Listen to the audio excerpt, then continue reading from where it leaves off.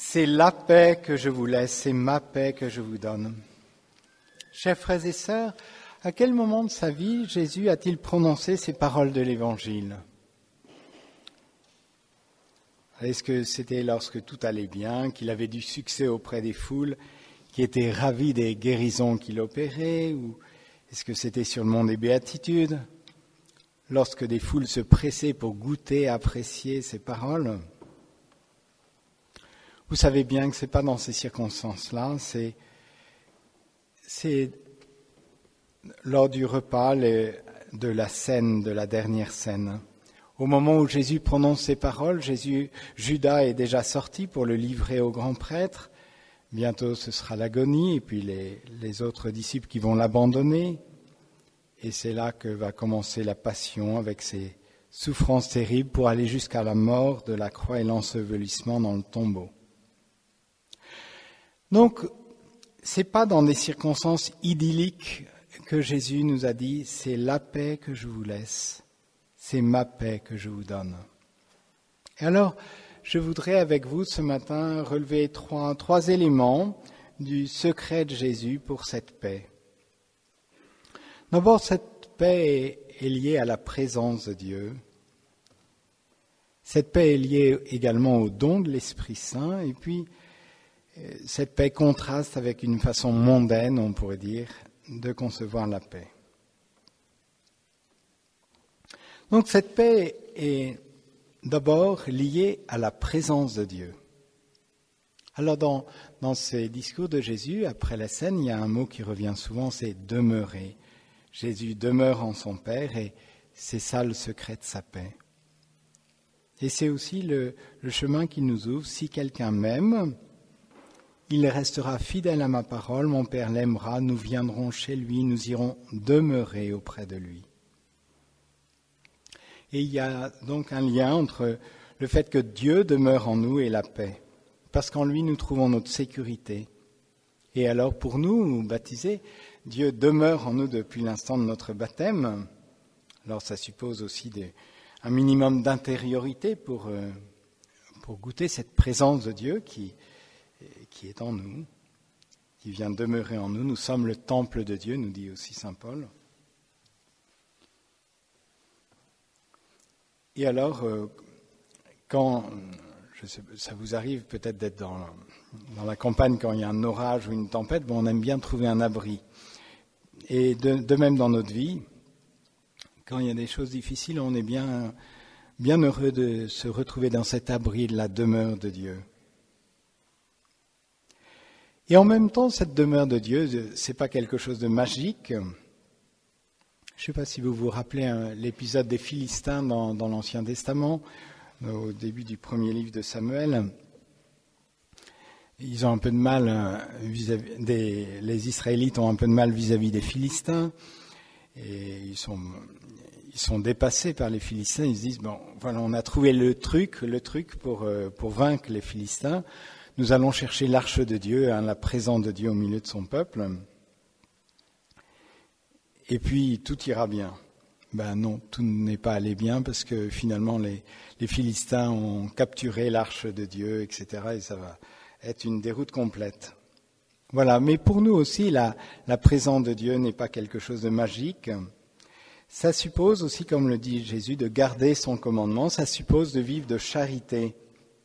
Et je pense que toujours cette paix est liée à la présence de Dieu, mais puisque Dieu est amour, il peut difficilement demeurer en nous si on se ferme volontairement à l'amour, si volontairement on se durcit, on ferme le rideau pour arrêter d'aimer. Voilà, alors il me semble que ça c'est un premier élément de cette paix que Jésus nous propose, c'est ce fait de demeurer en Dieu, que Dieu demeure en nous, cette vie avec Dieu, avec ce Dieu d'amour, le fait de savoir aimer, chéri de Dieu. Deuxième élément de cette paix, me semble-t-il, c'est cette paix liée au don de l'Esprit Saint. Alors, je ne sais pas si vous vous rappelez donc, encore une fois, ce passage d'évangile, ça se situe à la Seine, mais quelque part, ça va s'accomplir après la résurrection du Seigneur. Et vous vous rappelez de ce moment, le soir de la résurrection, qu'on pourrait mettre en parallèle avec ce passage d'évangile. C'est alors que les portes sont fermées, verrouillées même, pas crainte des Juifs, Jésus vient et dit à ses apôtres, la paix soit avec vous. Alors il leur montre ses mains, son côté, etc. Il leur dit de nouveau, la paix soit avec vous. Et après, il souffle l'Esprit Saint, souffle sur eux, il leur dit, recevez l'Esprit Saint. À qui vous remettrez ces péchés, ils leur seront remis. Et alors cette paix est liée au don de l'Esprit Saint aussi. Là aussi il nous dit, je vous parle ainsi tant que je demeure avec vous, mais le défenseur, l'Esprit Saint, vous enseignera tout. Alors comment cette paix est liée au don de l'Esprit Saint? Parce que l'Esprit Saint précisément est lié et nous est donné aussi pour nous purifier de nos péchés. Encore faut-il que nous acceptions de reconnaître notre péché, que nos failles, nos difficultés à aimer. Et alors donc il y a cette disposition d'humilité pour accueillir l'Esprit Saint, et sans cette humilité, on peut difficilement goûter vraiment cette paix que Jésus nous propose. Donc ça c'est un deuxième élément, c'est cette ouverture à l'Esprit Saint dans l'humilité, en reconnaissant humblement nos manquements, qui permet à Dieu vraiment de nous remplir de sa paix. Troisième et dernier élément que je voulais relever, c'est que cette paix n'est pas donnée à la manière du monde. Alors, le monde, pour donner grosso modo, pour sa manière de donner la paix, c'est d'éviter le mal et la souffrance.